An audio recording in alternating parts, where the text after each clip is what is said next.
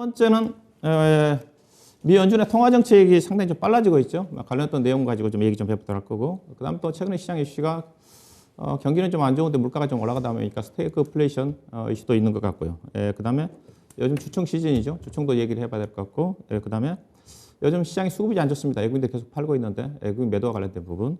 그다음에 시장 자체가 앞서 얘기했다시피 순환매성 흐름인 것 같은데 이와 같은 관련된 내용 주제를 가지고 얘기해 보도록 할 건데 먼저 첫 번째 주제가 올라와 있네요. 이번 주 시장 연준의 빠른 긴축은 땡땡땡이다.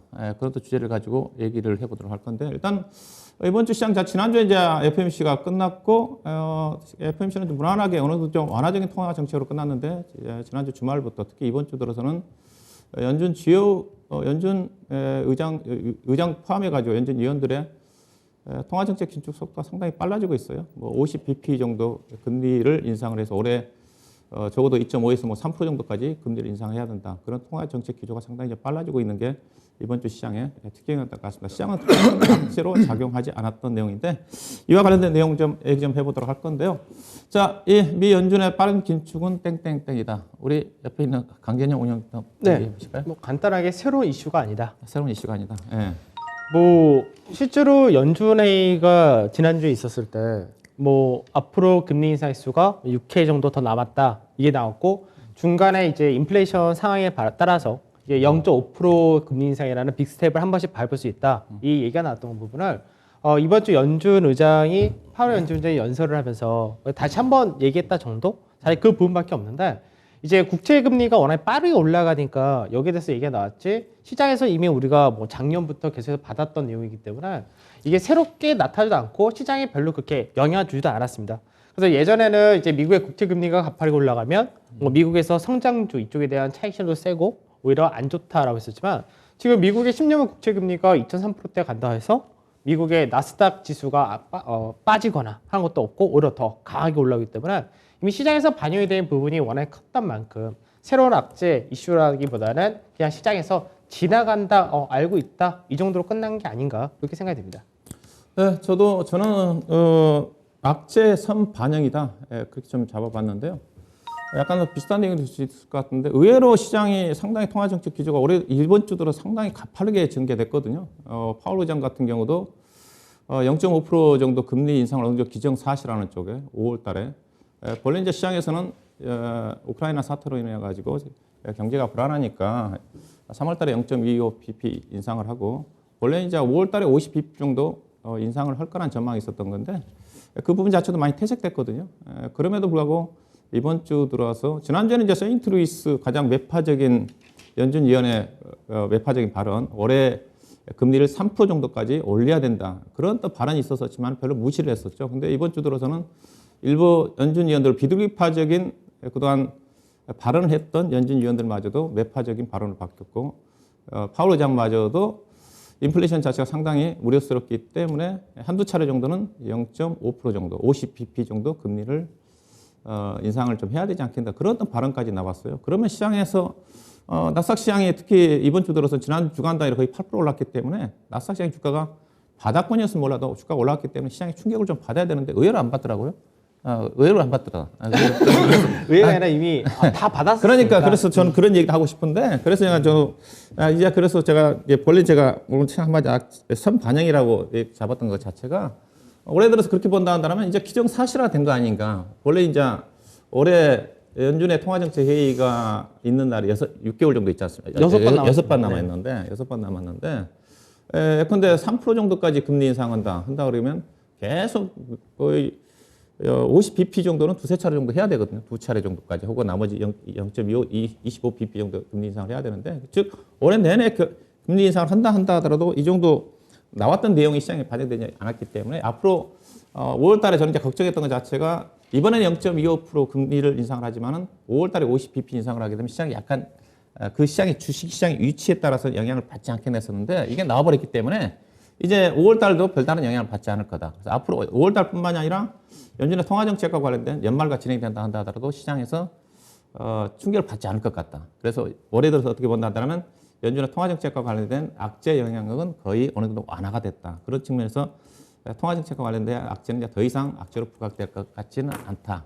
그래서 이번 주 저는 시장을 좀 보면서 느꼈다 그렇게 좀 말씀 좀 드리고 싶어요. 우리 명준 의원님 생각 어떠십니까? 네, 저는 연준의 빠른 기축은 아리송이다. 아리송이 누가 아리송이냐면 이게 미국의 펀드 매니저들이든 한국의 펀드 매니저들이든 다 좀 아리송하게 생각한다 그 부분인데요. 사실 이 통화 정책이랑 이제 증시의 관계가 뭐 2000년대, 2010년대 넘어오면서 항상 패턴이 일정했었습니다. 항상 이제 증시가 좀 많이 빠지고 경기가 침체되고 안 좋은 상황들 오면 이제 금리 점점 이제 좀 낮춰주고 그러다가 이제 시장이 어느 정도 좀 안정을 찾았다. 그래서 만약에 뭐 주식 지수를 친다면은 한 그래도 이제 바닥은 어느 정도 이제 좀 만들고 좀 돌아 나가기 시작하는 좀 안정화된 시점부터는 금리를 이제 서서히 올리죠. 그러니까 과거 뭐 2000년대 이전에는 금리 올리면 증시에 부정적이고 금리 낮추면 증시에 긍정적이라는데 2000년대에는 금리를 낮추는 기간은 오히려 증시가 계속 빠지고 금리를 이제 올리기 시작하는 구간부터는 이제 시장이 안정화되고 이제 또 경기도 활성화된다는 기대감에 금리 상승이 주가 상승을 같이 동시에 만드는 그런 패턴들이 2000년대 이후에는 한 20년 동안 이어져 왔는데 지금은 다들 아리송한 게 지금은 제로금리 상황 속에서 증시는 엄청나게 올라와 있단 말이에요.